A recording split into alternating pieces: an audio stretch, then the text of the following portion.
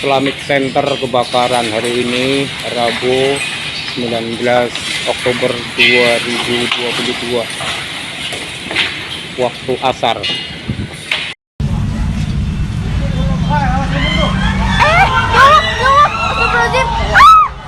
Astagfirullahaladzim.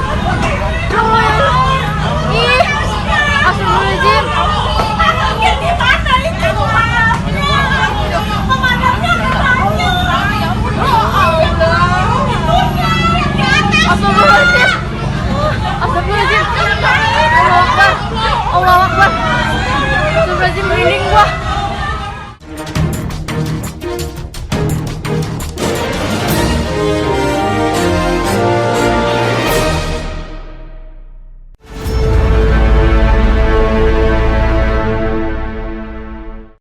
Halo Bung Rocky, kita ketemu lagi ya. Kemarin sore itu kan kubah di Masjid Jakarta Islamic Center, nih salah satu saya kira ikon juga di Jakarta Utara itu yang terbakar, dan menurutnya ramai sekali Bung Rocky karena video-videonya sekarang langsung tersebar, dan saya langsung teringat kalau setiap kali bicara kalau Jakarta Islamic Center ini adalah soal Bang Yos. Nah ini yang bisa kita sebut sebagai legacy ya. Ya, kalau itu legasi Bang Yos, dan itu bukan sekedar legasi bangunan, tapi ada satu sebut aja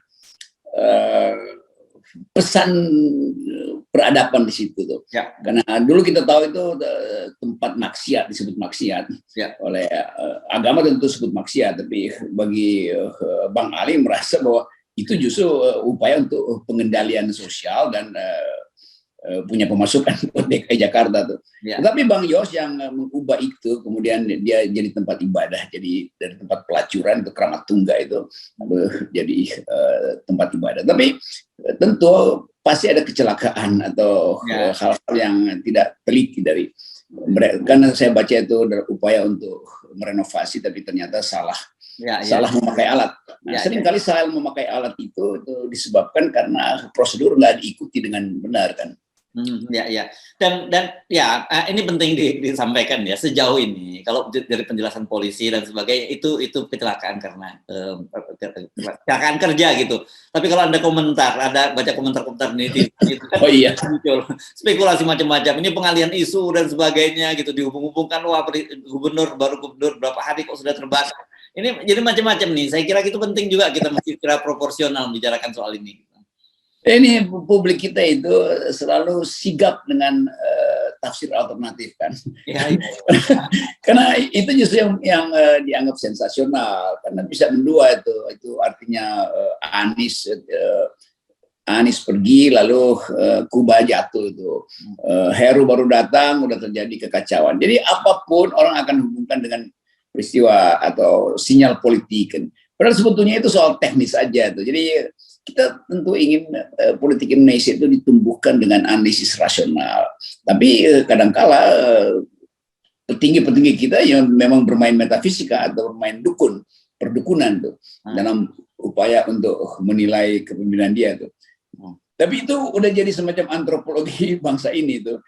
Kalau nggak sanggup berpikir akal sehat, maka undang dukun untuk bikin tafsir. Saya kira ini penting, kita mesti lurus, tapi tidak apa-apa kita juga potret bahwa itulah potret dari publik kita ya, potret psikologi kita dan antropologi dari bangsa kita gitu. Ya, itu benar tuh, bahwa memang cuma itu cara untuk mencari keterangan kan, karena orang nggak percaya survei, orang nggak percaya humas pemerintah, orang nggak percaya grafik yang dibuat oleh Mulyani atau grafik keamanan yang diucapkan oleh Pak Menko Polhukam tuh. Akhirnya orang cari jalan sendiri untuk minta tafsir atau membuat tafsir. Jadi semua penafsiran politik sekarang itu sifatnya duga-menduga dan ingin-menginginkan. Dia menafsirkan sambil dia menginginkan itu terjadi, karena itu bahayanya tuh. Ini semua ini berlangsung di dalam keadaan kekacauan politik atau political anomy, politik yang tanpa pattern begini jadinya tuh. Kita ingin politik kita itu tumbuh kembali dengan analisis yang teduh gitu, bukan dengan yang hiruk pikuk. Tapi Anda perhatikan nggak, Bung Rocky, bahwa sekarang ini 2 tahun menjelang Pilpres itu berbeda sekali dengan Pilpres sebelumnya ketika masa Pak Jokowi muncul. Pada waktu itu kan kemudian muncul berbagai tafsir-tafsir soal Satrio Piningit, soal kemudian yang lintang kemukus yang jatuh dan sebagainya. Belakangan ini saya nggak melihat itu loh. Dan orang lebih berbicara soal rasional. Ini kelihatannya apakah mulai ada pergeseran itu juga ya? Ya, rasional, karena akhirnya semua hal-hal yang sifatnya perdukunan itu menyebabkan ekonomi tidak tumbuh. Semua perdukunan itu menyebabkan infrastruktur macet. Jadi orang menganggap udah, daripada memunculkan kembali analisis yang post reality itu atau super realitas, mending balik pada realitas. Realitasnya adalah Pak Jokowi kehilangan legitimasi, itu intinya. Jadi orang mempersiapkan politik juga dengan versi yang lebih rasional sekarang itu. Jangan lagi tergiur dengan slogan, jangan tergiur dengan rencana bombastis. Mulailah dengan fakta bahwa Indonesia harus dipimpin oleh orang yang etikability-nya bagus, intelektualitasnya bagus, baru bisa masuk ke elektabilitas. Jadi parameter-parameter yang kita bicarakan di FNN itu akhirnya di acuan tuh. Ya, seperti kalau saya ke universitas, orang tanya, kenapa harus etika lebih dahulu? Kan lebih baik etika belakangan, karena etika itu nanti akan mengoreksi. Enggak, saya bilang etika justru pengawas pertama tuh, baru ada intelektualitas. Jadi parameter yang kita buat itu juga didiskusikan di kampus-kampus supaya. Nah, syukurlah gitu yang terjadi. Kenapa? Karena kita melihat ya, kalau misalnya sekarang soal politik identitas juga yang kemarin juga coba dipolitisasi begitu ya. Orang sekarang ketika ketemu kita juga mereka lebih rasional dalam melihat itu lagi ya, dan mereka sadar bahwa politik identitas itu bukan realitasnya ya dipolitisasi untuk kepentingan kelompok tertentu yang bersifat manipulatif kan gitu. Iya, akhirnya mereka bisa bedain itu. Kemarin saya di Bali menarik ini kalau Bali. Itu yang ditanyakan tuh, saya terangkan bahwa kita udah bicara di FNN dan mereka minta keterangan kenapa baru sekarang diterangkan bahwa politik identitas itu nggak ada soal, yang jadi soal politisasi dari politik identitas tuh. Ya. Jadi narasi-narasi yang kita bangun sebetulnya akhirnya sambung dengan atau membantu kampus untuk melakukan analisis. Kan sementara ini kampus begitu tahu politik identitas itu langsung mayoritas adalah Muslim gitu. Jadi seolah-olah berhasil apa yang sedang diinsinuasikan oleh pemerintah. Jadi untung mereka nonton FNN, artinya mereka punya second opinion lah atau second thought. Oh, nggak begitu pengertian politik identitas. Ya gitulah. Jadi kita menyumbang aja. Kalau kita sering dimaki-maki sebagai tukang kritik nggak ada solusi, padahal solusi kita adalah mengajukan konsep alternatif kan. Iya.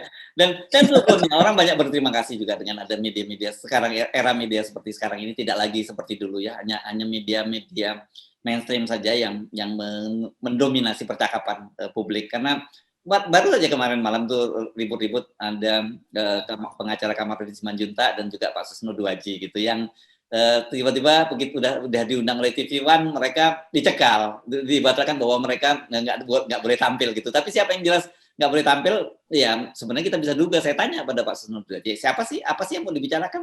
Ya soal Sambo gitu. Ya dari situ kan kita mudah menjelaskan, dan saya bilang sama Pak Susno nggak perlu khawatir karena sekarang ditutup di satu media, Anda bisa main di media sosial.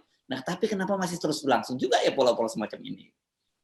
Itu ada pikiran seolah-olah semua orang bisa ditutup mulutnya pada satu saat yang sama. Ya, kekuasaan boleh menutup mulut orang tiap hari, tapi tidak mungkin dalam satu hari semua ditutup kan? Ya. Karena penonton itu mengintai semua hal. Mata Najwa itu ditutup ya ada Refli Harun ditutup pada FNN ditutup pada macam-macam gitu. Jadi beredarlah di situ semacam tradisi untuk ya saling membuka kanal supaya hidup terus kan. Aiman kemarin juga diberhentikan itu, walaupun di belakangnya ada macam-macam. Ternyata dia pindah karena dia dapat promosi di media lain. Memang macam analisis gitu ya. Tapi orang merasa ya itu pasti ada teguran-teguran. Tapi udah ya selalu begitu. Karena itu yang kita sebut media massa mainstream ya sebetulnya ya media massa yang diolah sendiri oleh kepentingan citizen, bukan oleh korporasi atau pemimpin redaksi yang sekedar jadi humas istana. Ya. Nah ini menarik karena sekarang rasanya kita udah mulai enak ya bicara soal presiden, calon presiden dan kemudian kita mengamati juga ini kita publik kemudian bisa menjadi paham apa yang terjadi sebenarnya, misalnya ribut-ribut antara PDIP dengan Nasdem, kemudian ribut-ribut antara partai-partai koalisi pemerintah gitu. Dan ini semakin nyata kalau kita lihat dalam beberapa pekan terakhir ini sejak deklarasi Nasdem terhadap Anies Baswedan itu kan menjadi semakin jelas itu petanya. Ya, peta itu hanya diperjelas oleh orang yang merasa memang ya harusnya begitu mengucapkan analisis kan. Jadi semua keterangan ahli itu akhirnya jadi usang ketika Sulvan Lindan menerangkan bahwa ini memang antitesa tuh. Lalu semua orang merasa oh ya kalau begitu memang mesti dibayangkan dengan cara yang lain tuh. Jadi politik Indonesia yang selama ini disembunyikan lewat redaksional yang seolah-olah mendua, sekarang makin tajam aja kan. Ya. Jadi kalau nggak bisa mengikuti cara berpikir masyarakat sipil, jangan jadi pengamat gitu. Jadi pengamat itu kan dia mau siksa, padahal di ujungnya kita tahu kenapa dia siksa. Mungkin karena amplopnya tebal. Ya. Oke, jadi saya kira kita di tengah kekacauan semacam ini ya, kita masih tetap punya harapan gitu ya. Tadi itu persoalan publik ternyata memilih semakin rasional. Kemudian mereka juga tidak lagi terlalu percaya adanya soal pembelahan-pembelahan yang di belakangnya ada politik identitas. Bagi mereka sekarang nggak penting lagi soal identitas kalian itu seperti apa gitu. Kalian sebagai calon presiden layak atau tidak gitu, kualitasnya punya standar etikabilitas atau tidak, punya kemampuan secara kualitas seperti apa, kan sekarang lebih begitu kita bicaranya lagi. Ya itu betul, dan orang bingung ini Rocky Gerung itu kemarin wawancara Luhut, datang ke acara Luhut, wawancara Mahfud MD ya, kok tetap menghajar pemerintah. Nah, kan Gibran datang ke rumahnya Rocky Gerung, orang juga begitu kan, lihat kan. Itu, padahal kita konsisten aja kan kita beroposisi pada presiden, ngapain beroposisi pada menteri atau pada dirjen, kan lama-lama kita beroposisi pada humas dong. Jadi tetap FNN beroposisi pada kebijakan yang dipimpin oleh Presiden Jokowi. Bahwa kita sentil-sentil menteri ya itu kan catatan kaki doang kan. Tetap menteri itu adalah pembantu presiden. Kita nggak beroposisi pada para pembantu beliau, kita beroposisi pada majikannya. Itu lebih konklusif sebetulnya. Jadi bayangkan aja teman-teman publik itu bahwa nggak ada yang berubah pada pada Hersbeno. Tetap kita ingin agar supaya negara ini ditumbuhkan dengan akal pikiran tuh, supaya politik itu jadi bersih. Hanya itu keinginan kita, dan setiap hari kita tetap ucapkan hal yang kritis. Ya. Oke. Dan yang paling penting bagaimana kita sebagai anak bangsa itu dengan lebih nyaman lagi kita berbincang-bincang, dengan meskipun kita menyadari bahwa kita punya perbedaan-perbedaan yang sangat nyata, baik dari sisi etnis, suku, agama maupun pilihan politiknya. Itu harusnya tetap saja persaudaraan di antara kita itu mesti terjaga kan gitu. Ya, dan persaudaraan demokrasi itu dimulai dari 0%. Yes, oke. Thank you, Prof. Tetap 0%. Asik. Oke.